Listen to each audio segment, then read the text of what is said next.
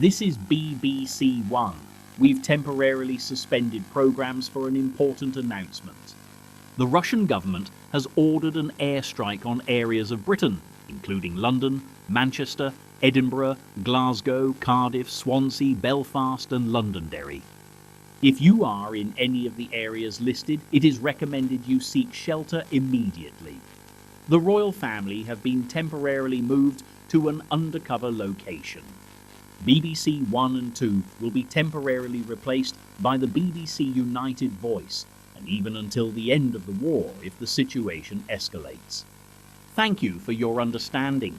We will now hand over to the BBC United Voice.